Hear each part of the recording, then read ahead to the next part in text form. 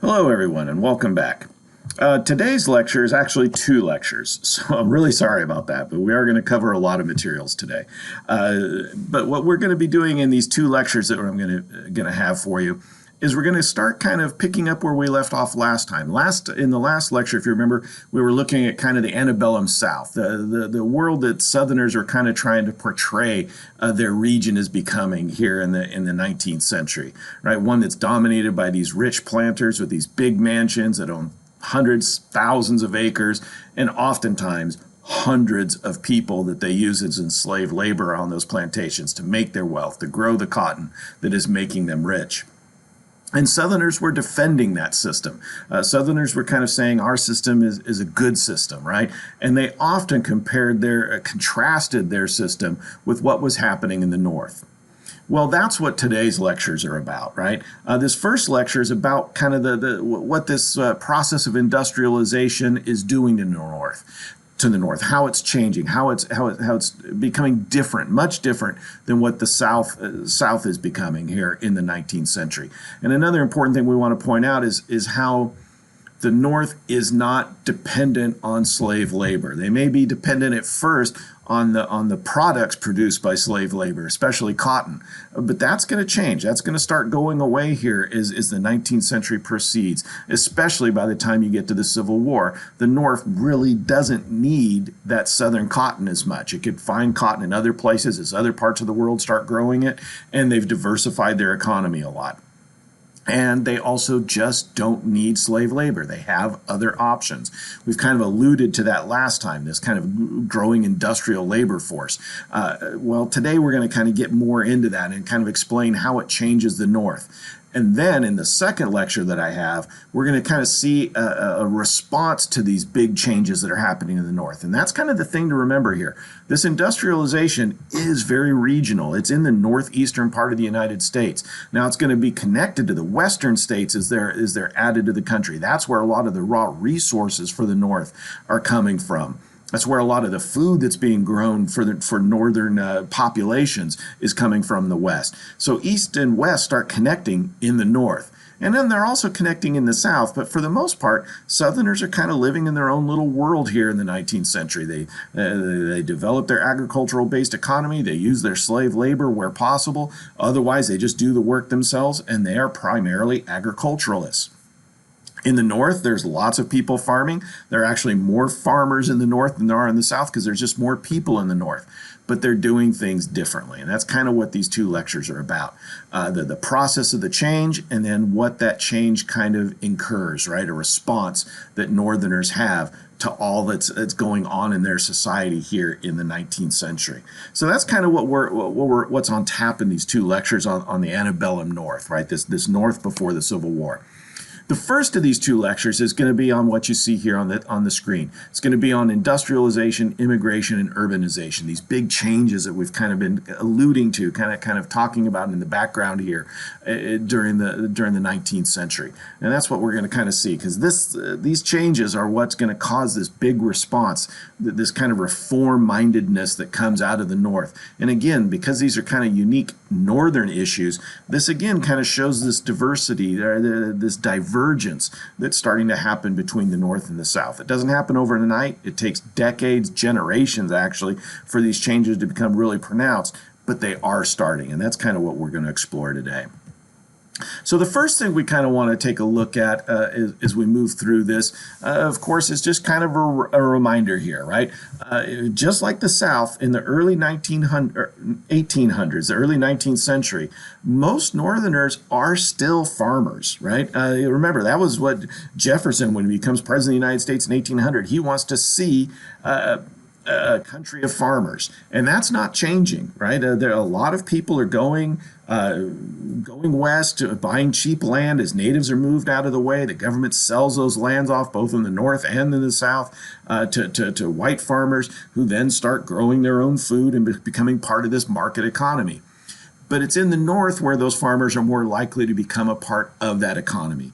In the south, those small farmers, right, especially small white farmers, they're very localized, right? They grow for the local people or for their own consumption. They're not exporting a lot of their proceeds that they grow from their farms. Northerners, on the other hand, are. They're developing a much more intense transportation network, as we talked about a couple lectures ago. And of course, they're shipping a lot of their products that they're growing on their farms to northern cities as they grow here. So what's kind of interesting is by 1860, there are actually more farmers in the north than there had been in 1820. And actually, there are more farmers in the north than the south, even though we talk about the south as being very agricultural. And that's because the north is diversifying. While there are a lot of farmers, there's also industry starting to boom here. Hundreds of thousands of people, especially those that can't afford to go and buy land, even cheap land out west, are moving into the cities to find job in these growing industrial sector. So by 1860, while there's tens of millions of farmers in the north, there's a couple million industrial workers as well. So there's a lot going on here in the north in the antebellum period before the Civil War, and it's really starting to kind of cause some pronounced changes that we want to notice. Right? Again, the fact is a lot of these northern farmers they're connected to this market economy. They don't grow just for their own consumption like a lot of farmers in the South do. They grow to export. That's how they make their money. So even farmers are kind of industrializing here, right?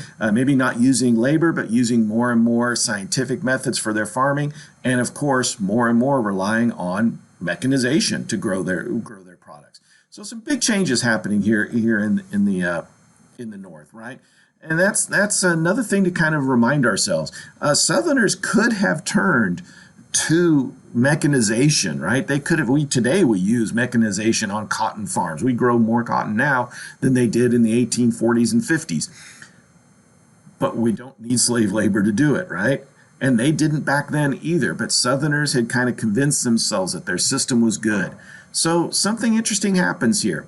Southerners keep using slave labor or just their own personal labor of themselves and their families on their farms, whereas northern farmers start turning to recent kind of technological advances, things like steel plows. Now, those are going to be used in the South as well, but there are a lot more farmers in the north that are using these steel plows, which are better, go deeper, turn the soil over more. It means that you can have better crops, do better rotations, right, and make more money, essentially. But the big thing that changes here is because northerners really can't grow cotton. It's just not a crop that grows that far north. It's too cold, not kind of a wet, humid enough climate. It doesn't get hot enough in the north to grow cotton. They turn to grain products, right? They grow things like wheat and barley and other grains, right? They do orchards, that kind of stuff. And for the most part, they'll use machines or hired labor because they don't need constant year-round maintenance of their fields like they do in the South. So they're able to mechanize. They're able to use fertilizers, scientific methods. Now, that doesn't mean that there aren't southern farmers that are doing this, but in the north, this becomes norm because you're selling off a lot of your crops. You're making money. You want to treat this like a business. You get into this, you get into your farming techniques really deeply, right? You make sure you grow the products that are going to make you the most money. You grow it as best you can so that you can make as much money as possible. And because northern farmers are so good at this, mechanizing, making their products cheaper, being better farmers, that they're able to lower the cost of goods, which is important because as people move into the cities and become industrial workers, as we've talked about in prior lectures, they don't have a lot of disposable income. They need cheap food. Well, Western farmers are providing that cheap food for northerners. So there's a lot going on here in the north in a very early period, right? And a lot of people in the old part of the northeast, right, that don't want to become industrial workers, they're moving west, becoming these farmers that are shipping food back east into those big industrial states like New York, Massachusetts, Connecticut, and Pennsylvania. So this is getting to be very integrated, the North and the West. And the South is kind of, it's part of this integration, but it's not nearly as tied together as the North and West are.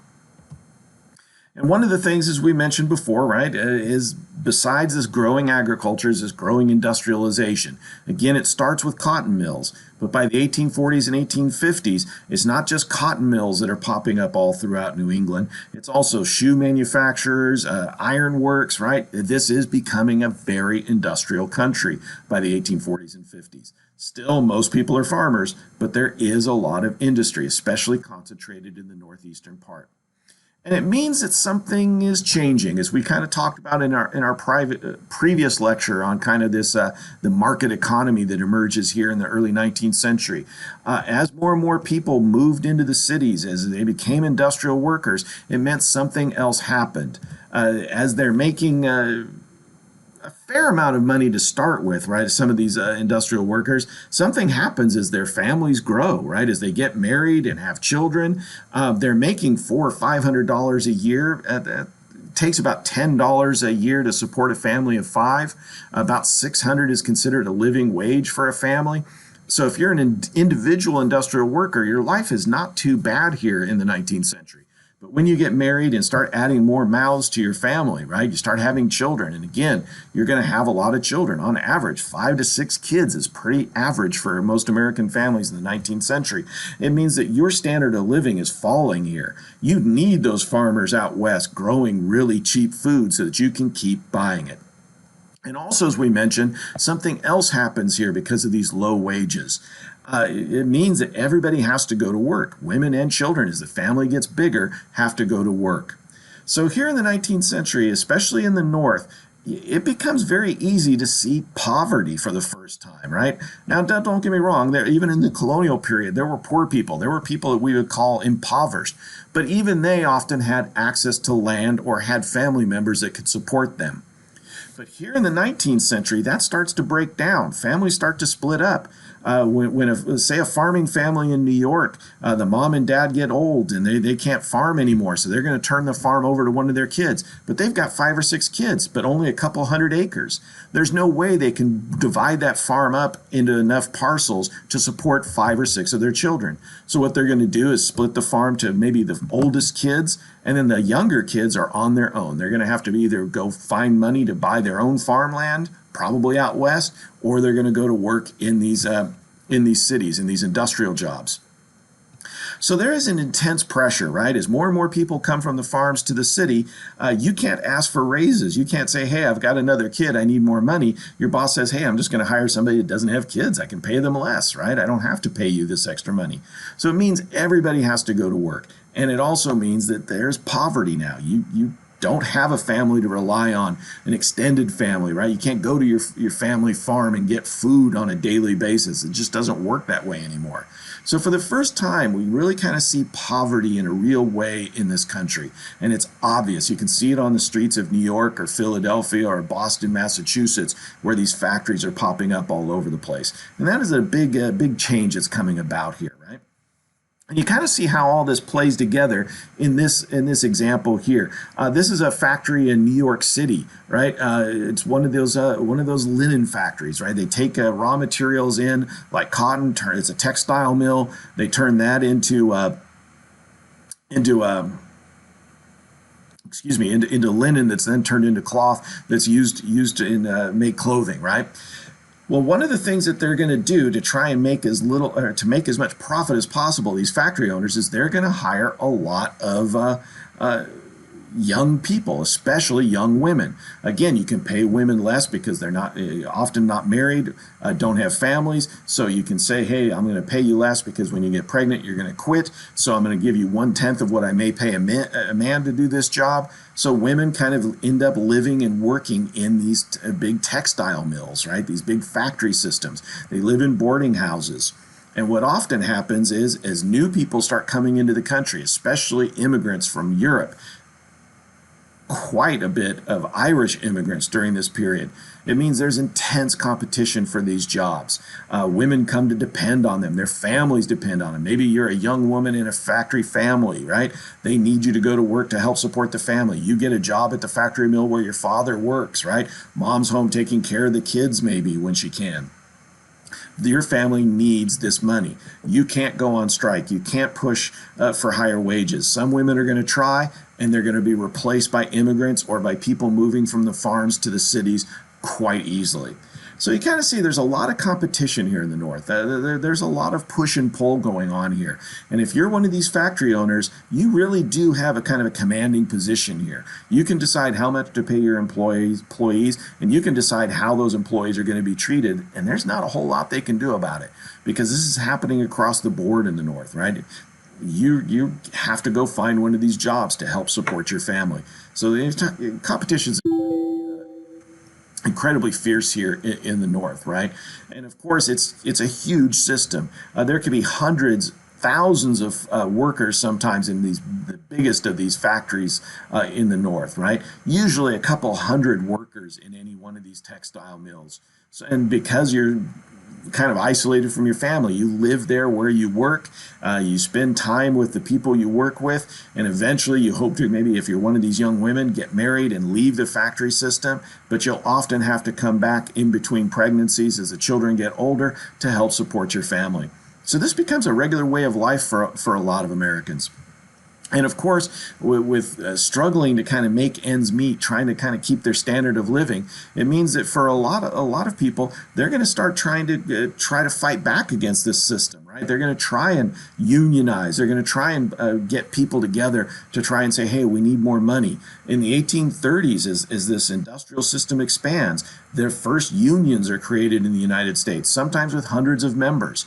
They tell their members, we're going to get you more pay, we're going to get you better working conditions, maybe shorter hours. For the most part, factory jobs are 10 to 12-hour days on average, 5 days a week, usually 6 days, although the sixth day, Saturday, might be a half day. The only day you can guarantee you won't be working in a factory is on Sunday. 1 day a week you know you're going to have off.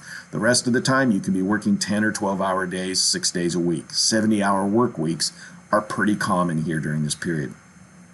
So, of course, some people kind of push back against all of this, right? Some of these young women will join these unions saying, hey, wait a minute, why are we paid so little? Our families really depend on this money. Let's get more. And they'll try to go on strike, and they'll almost always lose. They'll be replaced by people coming from the farms or immigrants, as I said before, and they'll get paid even less than they were before they went on strike. So here in the 1800s, right, in the North, there's a lot happening. This industrialization is coming at a bit of a cost, as I've mentioned before.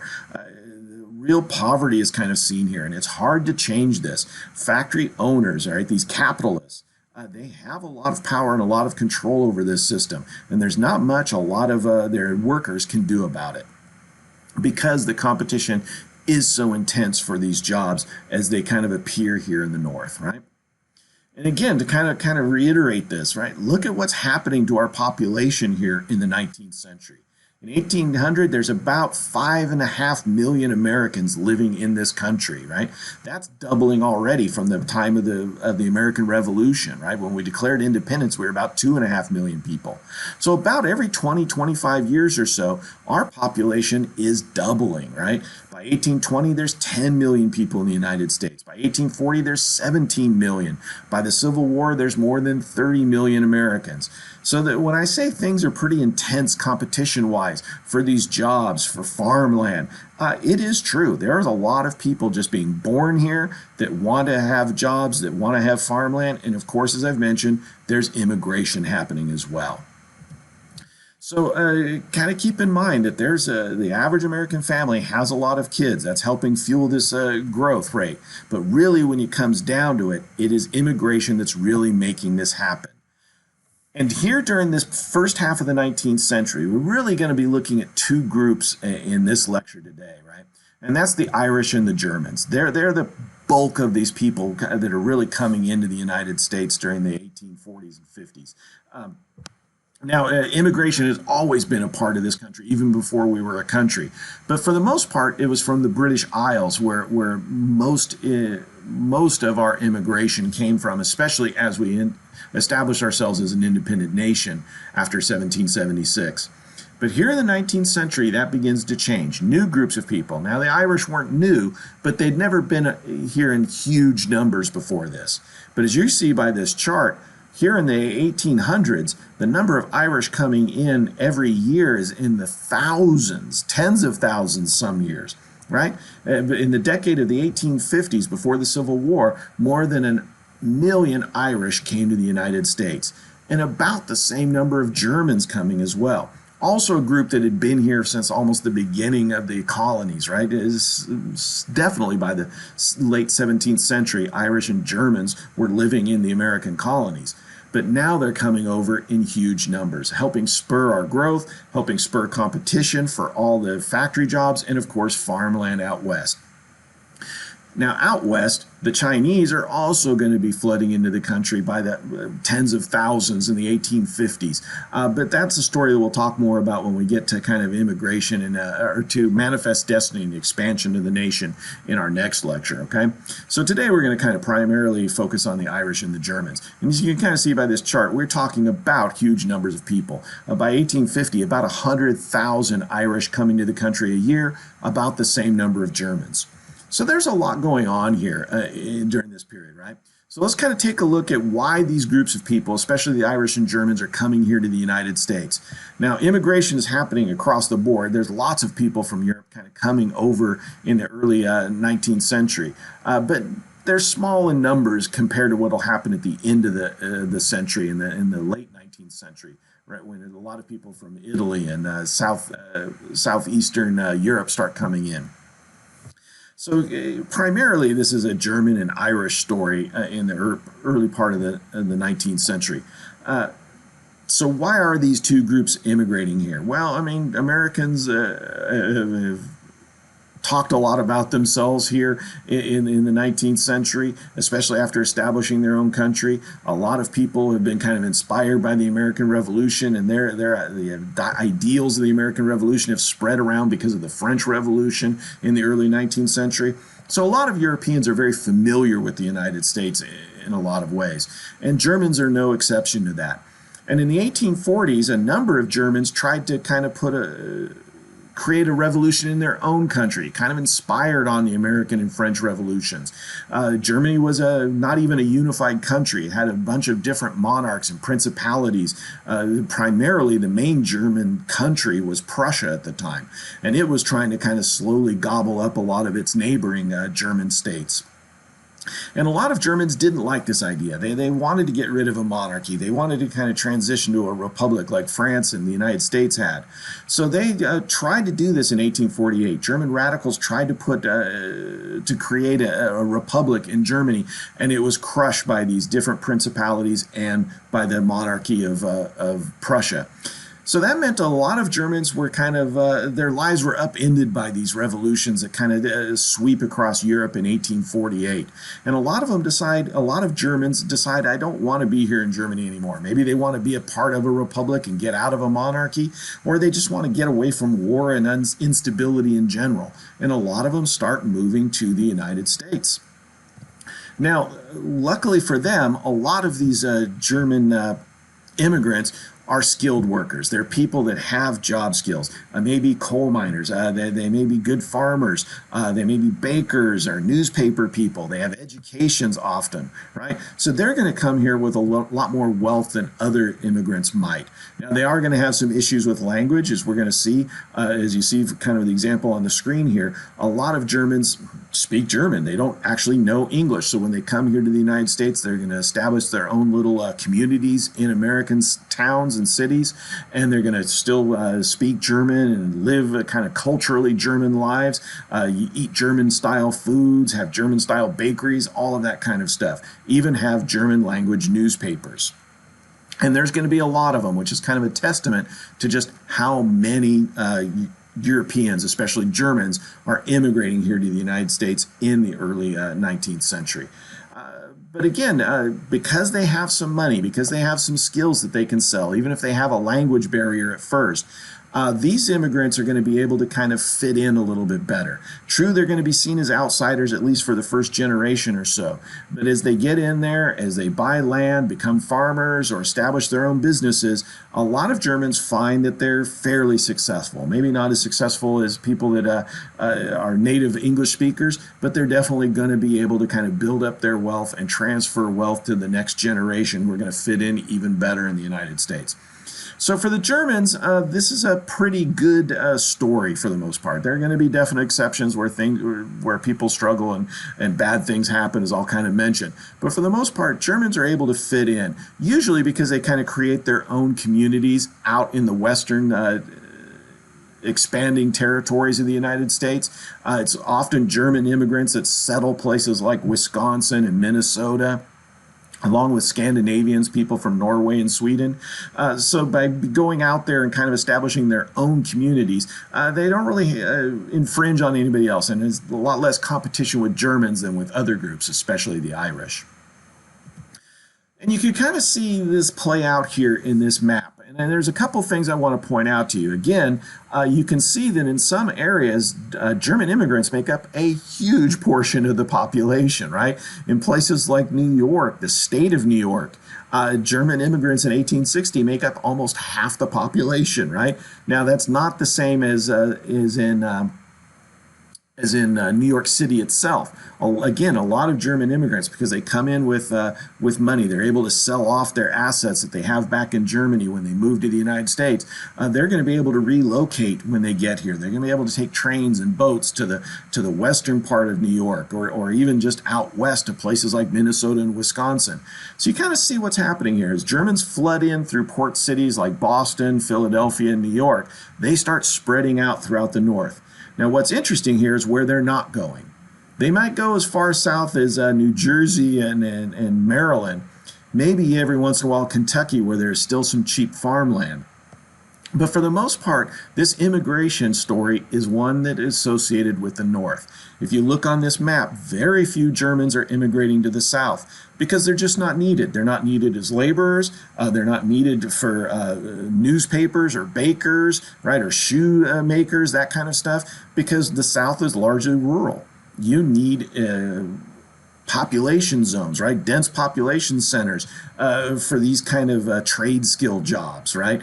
Things like shoemakers and bakers and newspaper editors, right? And there just aren't a lot of urban centers in the South. So this is, again, kind of pointing out how this immigration is going to be a northern story more than a southern story. This industrialization is a northern story, not a southern story. And that's really starting to kind of make the North look and sound and act different than the South, because it is different, right? There are new groups of people in the North that just aren't in the South in any big way. So the North is changing here when the South is staying primarily what it's always been, even from a couple hundred years earlier when we were part of the English or British empires, right? The South hasn't changed a whole lot here. The North definitely is. Now, the biggest group that maybe, or the most famous group that really kind of occurs and immigrates here in the early 19th century is really the Irish, right? In some ways, Ireland was Britain's first colony. And Britain treated the Irish pretty awfully, honestly, right? As Englishmen moved into Ireland, they pushed the Irish off their own lands, often forcing them to kind of be tenant farmers. That means basically just hired workers on their own farms. Or they had to rent their own land from British lords, right? And pay them in the proceeds that they got from selling off their crops. But by the 1840s, most Irish had been dispossessed of their own lands. They had to live in small Irish towns, or they were kind of on the extreme peripheries of Ireland, right? The British owned, or British lords, British individuals owned the best farming land in Ireland, which meant most Irish people were farming the poorest land that was available. And that meant that they had to grow the best food on the worst land, which is kind of a tough proposition. Well, what had happened is most Irish had come to depend on one of those foodstuffs that was brought over by Columbus during colonization, right? Potatoes. Potatoes are kind of a superfood, right? It's got a lot of carbohydrates. It grows easy. It grows in cold climates, sometimes in poorer soils. So you can grow potatoes almost anywhere. Well, the Irish, especially as they're kind of being forced to poorer and poorer farmlands, have come to rely on potatoes as the staple in their diet more and more. And this becomes a disaster in the 1840s when a famine happens. A blight, a fungus starts attacking potato plants, which means they die before they turn into potatoes, which means millions of Irish people that are living sometimes in huge numbers on small farms can't grow enough food to support themselves. They literally start starving to death in their own country. Richer farmers, especially British farmers that have taken over Irish lands, they're able to switch over to other crops and support themselves. They're not having a famine. But for a lot of Irish in their own country of Ireland, they find that they're not going to be able to survive, which means they're desperate for a way out. And a lot of them, especially those that have any money whatsoever, decide to start leaving Ireland. About 10% of Ireland's population leaves between 1840 and 1860. That is a huge deal. And a lot of them decide to go to the United States. Again, it was a place they're familiar with because it was part of the British Empire like they were. They do speak English, right? They have their own Gaelic language as well, but they speak English so they can kind of fit in, or at least that's the idea. So a lot of Irish start going to the United States, especially as this industrialization starts. Stories start coming out that there's all kinds of factory jobs available, that there's land that's cheap in the United States. So a lot of Irish come with the idea that, hey, they're going to come over here, they're going to get land, they're going to become farmers, and they're going to get rich. Problem is, they don't have anything. Most of them are illiterate, don't have an education because they're forced to work on these really poor farms, right? They have to spend a lot of time, a lot of labor building up their agricultural livelihoods. They don't have very many skills other than farming, right? And so when they sell off what little they have to get to the United States, it means that when they come to the United States, they have almost no money.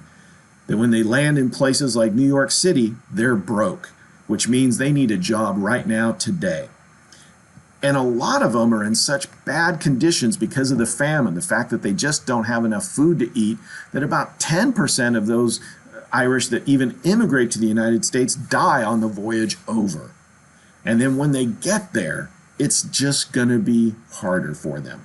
They're going to have to get a job as quickly as possible. They're going to have to try and find a place to live and survive. And as we already said, competition's already kind of tough in these environments. So kind of go back to that story I was telling you about that factory town that hires a lot of women, hundreds of women to work in that factory. When they decide to go on strike in 1836, right as this famine's starting, a lot of those women say, hey, look, we're not paid enough. We need to support our families. Give us more money. Well, the factory owners are able to say, you're all fired. Right? Why can they say that? Because here's a bunch of poor people coming from Ireland saying, look, I'll work for anything. Just give me a job. A place to live, great. Food to eat, great. I'll work for you.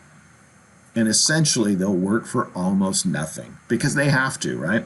So again, it just shows how intense the competition is in the North and just how things are changing. And of course, if you're one of those women that just lost your job to an Irish immigrant, you're going to come to resent those Irish immigrants as well. So a lot of tensions are building up here in the North. And again, this is not happening in the South. If you're Irish, you're not heading to the South. They don't need you. They have enslaved labor. They do not need to hire an Irish worker on their farms. They have enslaved labor, or they can hire whites, farmers from the surrounding area to do the work for them. You're just not needed there. So again, this is a northern story here that we're telling, right? The Irish are going to flood into the north, and very few of them are going to head into the south. It's not going to change and impact the south like it is the north. Now, one thing I do want to point out is there is a kind of a familiar dramatization of this process as it plays out and how it changes northern cities like New York. And that is a movie done by Martin Scorsese several years ago now. I think it's almost 20 years old, called Gangs of New York. And this is a small clip from it. It's up on Canvas if you want to take a look at it. It's called the Gangs of New York clip. And it just kind of shows just kind of the attitudes that a lot of Irish are going to find when they come here and start taking jobs at really desperate for work, right? To be able to support themselves. Just kind of the resentment that's going to build up in northern society in a lot of these industrial cities like New York here in the 1840s and 1850s. So I do recommend you take a quick look at it. Actually, I recommend you just watch the movie. It's got Leonardo DiCaprio in it. Cameron Diaz is in it. Daniel Day-Lewis, great actors. One of the main protagonists or villains in the movie. So definitely recommend you take a look at it. But it does kind of sum up kind of this resentment, these tensions that are building up in northern society, and just shows you how difficult this process of being Irish in the United States is in the 1840s and 50s. And what really kind of comes out of this, as these numbers of immigrants start pouring into the country, these tensions become real. And they're not just vocalized, they're acted out. Some Americans, often calling themselves the American Party or the Know-Nothings, as they become popularized as, because they say, when people ask, hey, who started all this trouble, they'll say, I don't know anything, right? I don't know anything about that. Well, these know-nothings don't like all these Irish immigrants coming in. They don't like the German immigrants either, right? And they'll attack these different groups of people. There are riots in the 1830s and 1840s in Philadelphia.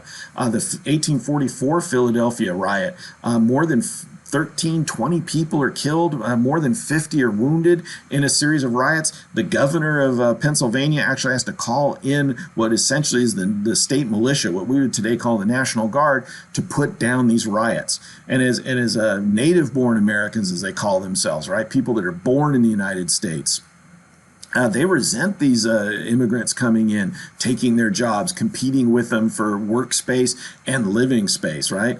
They see them as a threat and they attack them. They see them as different, as outsiders. A lot of Irish and even a lot of Germans are Catholics. They have a different religion, and that's seen as threatening. Most Americans from the very beginning were Protestants, right? Either Anglicans or Puritans. And that was the predominant culture of the United States all the way up into the early 1800s. But here in the 1820s and 30s, that's changing as these new groups come in. So again, there's a lot of tension. There's violence behind some of this, right? Catholic churches are going to be burned to the ground in these riots, and they're often going to spill out into other neighborhoods. African Americans, free African Americans that live in the North, they're going to get swept up in this, going to be seen as enemies by a lot of their white neighbors here during these riots, as people that are also like immigrants taking jobs and making things more difficult for them. So there's a lot of tension happening here in the North, right? And there's a lot of pushback to these immigrant groups, as we'll see in our next lecture. So what we kind of see is, even if you're white here, right, in the North, you can still be discriminated against. Germans are going to be put down. They're going to be seen as dangerous, but more so the Irish, right? Because the Irish are very culturally independent, very, very resistant in some ways to complete change, right? A lot of the Irish came over, tried to come over in families if at all possible, establish their churches. Again, they're Catholic, Christians like most Americans, but they have a different form of Christianity, Catholicism, as opposed to most Americans being Protestants. So there's a lot of discrimination that's going to come up against the Irish, and even the Germans, right? That is going to be very familiar to a lot of African Americans. So even white people in here in the North in the 1820s and 30s can see a lot of problems being aimed at them just because they're different, because they stand out. Some of that is again kind of religious, but also because they're uneducated, because they're poor. A lot of these immigrants will take whatever jobs they can, and that just pushes wages down and makes it harder for anybody else to survive. So there is, again, a lot of tension here, and it spills over in these massive riots that rock cities like Boston and Philadelphia, where this immigration is taking place, especially in New York, where virtually they have riots almost every summer, right? Small neighborhood riots almost every summer from the 1830s on up into the Civil War. During 1863, there's a massive riot called the Draft Riots of 1863, where the U.S. Navy actually has to fire on New York City to put down this riot. So this is pretty intense what's happening here. And again, it's not something that just happens over a few years. This is going on for decades, for generations, right? From the 1820s all the way into the 1860s. And heck, it'll even continue on into the 19th and early 20th centuries as well. So this is a big story that's happening in the North. And you need to kind of wrap your head around the fact that this is really just something that's happening in the North. These kind of issues are playing out in some places like New Orleans or Charleston in the South. But those are two cities that have these very minor very minor issues compared to what's going on in the North, what's happening in the South. Very, very, very little of this happening there in that region, okay? And I think this cartoon kind of sums up a lot of this. This is the cover of Harper's Weekly, one of the most widely read publications of the 19th century. And you kind of see what this cartoonist, a very famous cartoonist by the name of Thomas Nast, really kind of chronicled the 19th century in illustrations in working for the Harper's Weekly magazine. And he's kind of pointing out here just how a lot of Native Americans, right, Americans born in the United States, how they see these immigrants coming in. Here's an Irish immigrant on the right on the scale, and then on the left is a black Southern worker, right? One of those enslaved people in the South. And essentially what Thomas Nast is trying to say is people in the North are going to look at Irish immigrants pretty much the same as white Southerners look at their enslaved workers, right? Which is to say they don't see them quite as human, not as equals by any stretch of the imagination. When the Erie Canal is going to be built in the 1820s and into the early 1830, right? It's an incredibly big infrastructure project, 360 miles long, right? It's going to take a decade to build this thing. And it's also going to take the lives of about 1,000 Irish immigrants. They're the ones that are going to take those jobs because they're very poor jobs at digging those ditches, building that canal, and they're going to be worked mercilessly to get this thing done as fast as possible. They're going to be paid poorly. They're going to be fed poorly. They're going to be treated harshly, right? So again, Thomas Nast is trying to say here that for Northerners, right, they can be just as discriminatory to white Irish people as some white Southerners are to enslaved people. Now, don't get me wrong. I am not saying they are the same. What's happening to African Americans in the South is brutal, much more brutal than what Irish immigrants are seeing. But what Thomas Nast is trying to point out here is it's a mindset, right? A lot of white Northerners kind of see these immigrants as kind of dangerous, as kind of subversive in a way, right? As just something that just needs to be controlled and, if possible, kept out, right? So Thomas Nast is kind of pointing out there's a lot of pushback here. A lot of Northerners are worried about these changes that are happening to them.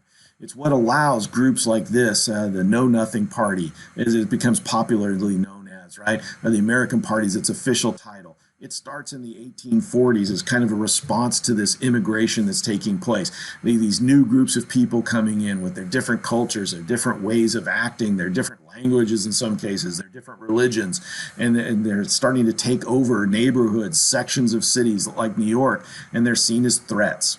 And groups like the American Party organize riots, organize attacks on those groups of people to try and tell them, hey, look, you're not in charge, we still are, right? Native-born Americans are the ones that are in charge. Again, going back to that movie by Scorsese, Gangs of New York, the Bill the Butcher, the villain in the movie, played by Daniel Day-Lewis, he basically says that at one point before one of these riots. He says, look, you're taking our jobs, you're the enemy, we're going to take control of you, we're going to try and wipe you out if at all possible.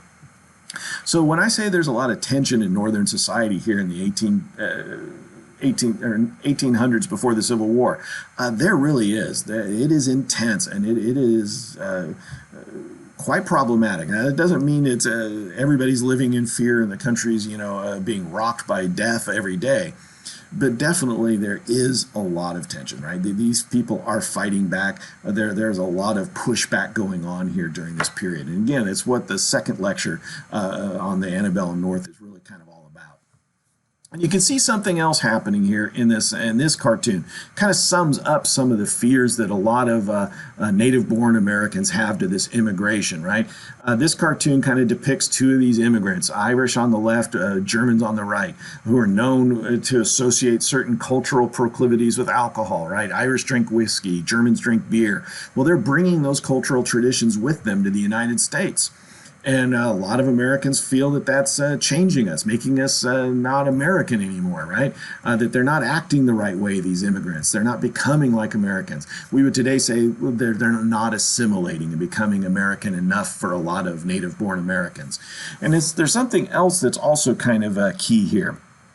It's one of the big differences that Thomas Nast isn't pointing out in his cartoon when he says that, Irish immigrants are being kind of treated much akin to what African Americans are being treated like in the South. And that's the fact that these immigrants, after they've lived here for a while, can do something that African Americans in the South cannot do, and that's vote. Right? Eventually, they'll have a voice, a political voice. And that's part of what the Know Nothing Party is afraid of, that these immigrants, once they get political power, they'll start using it to take care of themselves, to further their own needs, their own ends, and kind of hurt native-born Americans more. So again, there are political tensions here, there are cultural tensions, religious tensions. There's a lot going on here in the North, and it's not happening in the South. These just aren't discussions that Southerners are having in their day-to-day lives. They just don't have these issues, right? They have their own issues that we talked about in the last lecture. And of course, religion is a big part of it as well.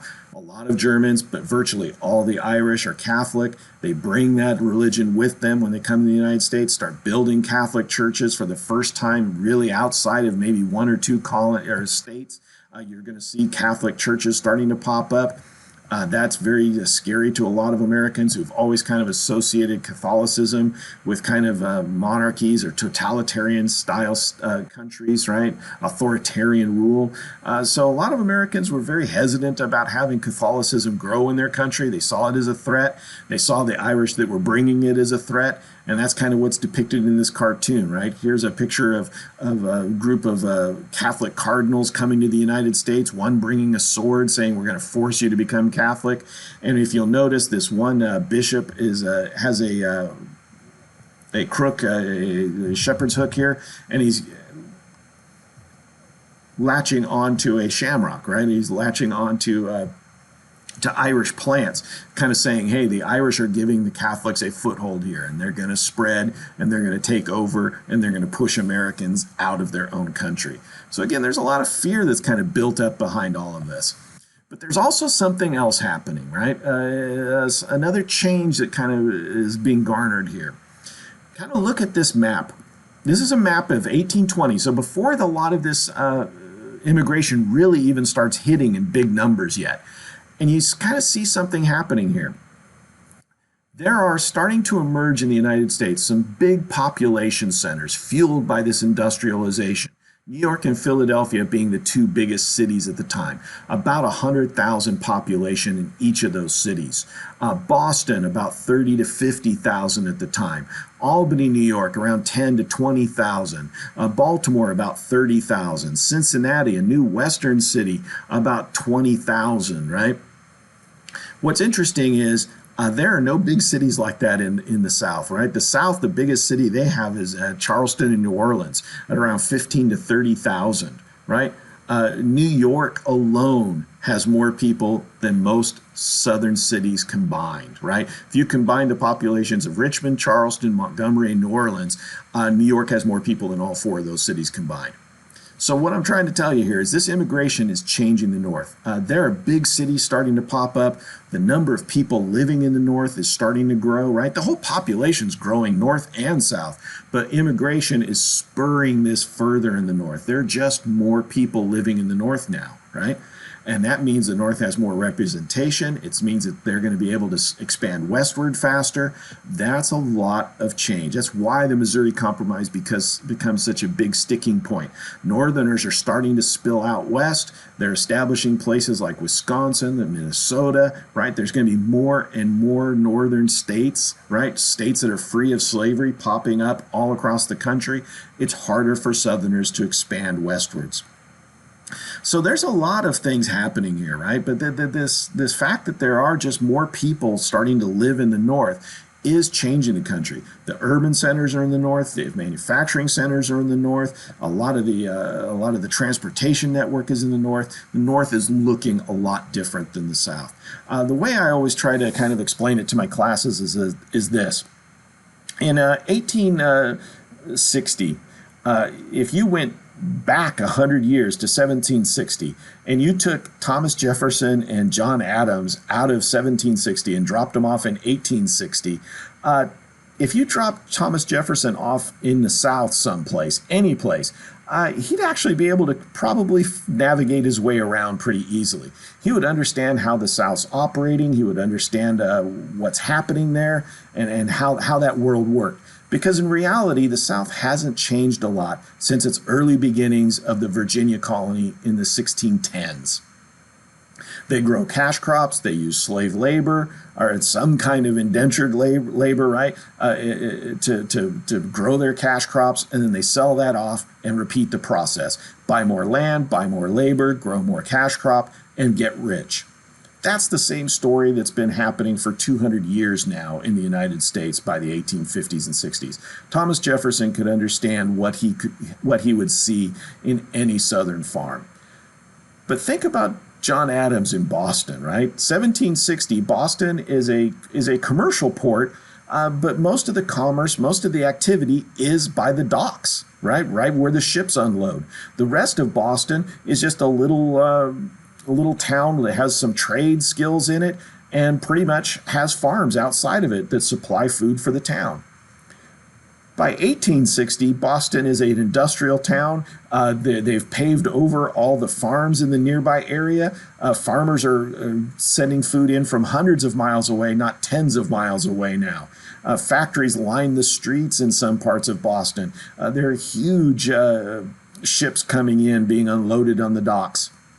John Adams wouldn't understand how to navigate the streets of Boston anymore. It is a completely different place.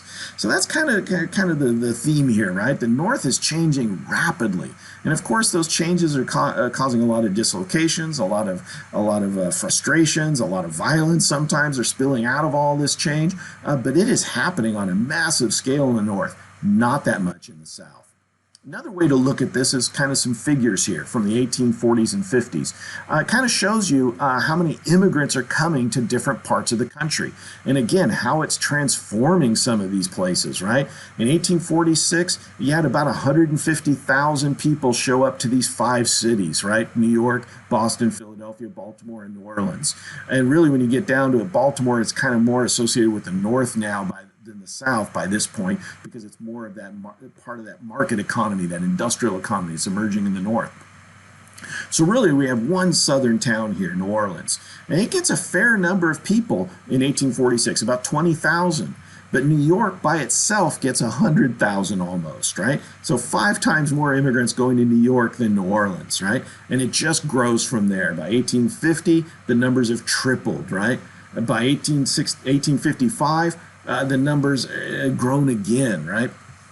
So what you're kind of noticing here is the North is filling up here, and that these people land in these cities, places like New York, they often have to stay there because they're poor, don't have a lot of money, they need to get jobs and try to support themselves as quickly as possible. So New York starts changing. It becomes a huge population center, and it has a lot of people that weren't even born in the United States living in it now. By 1855, 7 out of 10 New York people living in New York City weren't born in the United States. They are immigrants from somewhere else. That is how much change is coming. That's why a lot of these know-nothing groups starting to spring up, right? These anti-immigrant groups start to spring up because they feel like they're being displaced in their own country, and they resent it, and they fight back, and it leads to violence, and a lot of ugly things kind of come out of it. And again, it's happening on a huge scale in the North and not happening that much in the South. Another way to kind of look at this and kind of some of the big implications here is this map of population density. What you'll notice is in the South, right, they have kind of the same basic population density throughout it, somewhere between 20 to 50 people per square mile, right?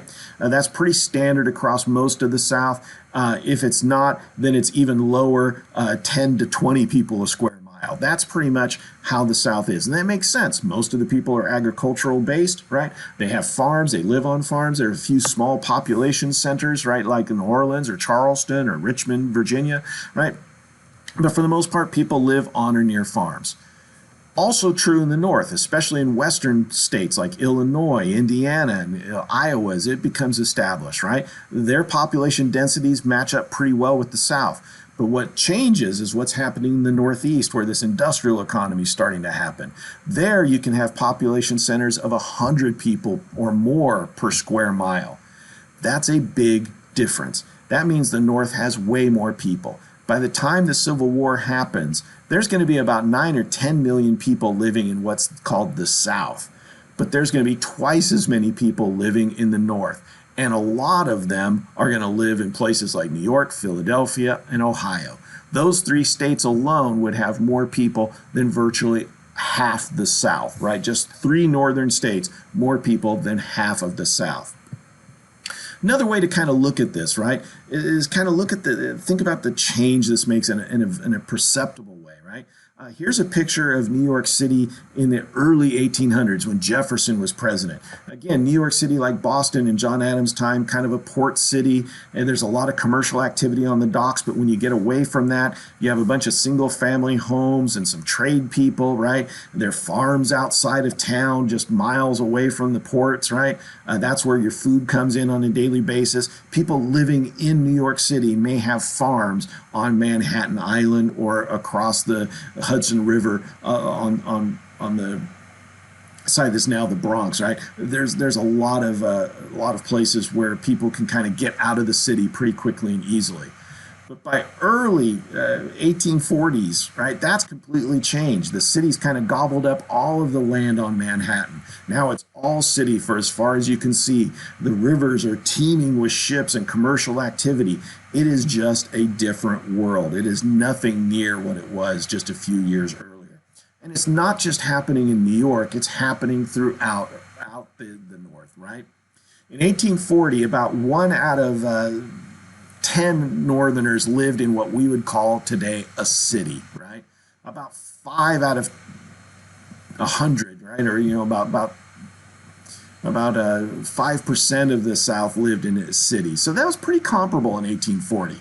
But as this population boom happens, especially because of immigration in the North, that changes dramatically. By 1860, on the eve of the Civil War, about 1 out of 4 Americans in the North now lives in a city. They don't even go to a farm anymore. They don't live in a rural area anymore. But in the South, not much has changed. About 1 in 10 Southerners now lives in what we would call a city. 90% don't. So again, the North has changed dramatically in just a short period of time, right? It doesn't mean that there aren't people that live on farms. There definitely are, but they're more out in the West now, or kind of on the western edges of these big industrial states like New York and Pennsylvania. But the cities of those states, right, places like New York City, Philadelphia, Boston, they're rapidly changing because of immigration. Just different groups of people competing for space, competing for livelihoods. There's just a big change happening in the North. And of course, that's going to play out in big ways politically as well. Kind of take this chart, for example, right? In 1810, as the western states are being added, places like Alabama, Illinois, Indiana, Ohio, right? The populations are pretty comparable if you stop and look at it, right? Now, we're going to take Ohio out of the mix because Ohio has got a 30-year lead on most of these other states, right? So just look at the top 6, right? Alabama through Missouri. They're all kind of being established at roughly the same time, within a decade of each other. And their populations are pretty close. Now, Louisiana is a bit of an outlier because it was part of the Spanish and then the French Empire, so there were a lot of people living there for a long time. But if you take them out as well as Ohio, right? everything's pretty similar if you stop and think about it. By 1830, before this immigration really starts powering up, right? The numbers are still pretty comparable, if you will, right? But you can kind of see, right? Alabama's holding up with Indiana, Illinois, right? There are just as many people moving to the southwest as to the northwest. But in 1850, when that immigration wave is really hitting, you see things change, right? Alabama still has a pretty big population, but it is now eclipsed by almost every northern territory, right? Illinois, Indiana, each close to 1 million. Look at what's happened to Ohio, one of those older states established right in the 1780s. It becomes a state in the early 1800s. It now has a population of 2 million by itself. It has more people than about 3 or 4 southern states, right? So the pace of growth here in the north is just astronomical, both economically and population-wise. And of course, when you have a representative government, having more people means you have more political power. Now, for the South, that's a big deal. That's what people like John Calhoun are constantly worried about. If Northerners ever get their act together, if Northerners ever decide that they all want one thing, well, there's not much the South can do about it because the Northerners just are, there are more of them. They have more political clout here. So it's important for people like John Calhoun to try and keep a balance, if at all possible. Try to get more representation for southern states. Try to keep a balance in the Senate between southern slave states and northern free states. That's the only way Southerners are going to be able to keep political power and protect their own interests, especially the interests of slavery. You can kind of see all of that playing out here in these numbers if you stop and think about it. So kind of some wrapping up thoughts here. Keep in mind that as urbanization's happening, it's really only happening in the north. That as manufacturing's growing, and that's also pretty much in the north. That agriculture is becoming less important for the north, but not the south, right? Again, there's a lot of change here, but it's almost all in one part of the country. It's why they're going to be able to see each other as two different regions eventually, right? By the time you get to 1860, because just a lot of change is happening in the north and not that much is happening in the south, all right? So the next lecture we're going to have is going to kind of talk about how all of this change affects Northerners, how it makes the North kind of a different place than the South, and also kind of the responses to it, right? As Northerners say, hey, we need to kind of incorporate all these changes. We need to mitigate some of these changes. We don't like all of these things that are happening here. They're going to have to come up with some answers to all of this. And again, it's going to make the North look and act and sound different than the South in a lot of ways, all right? And that's what we'll pick up in our next lecture.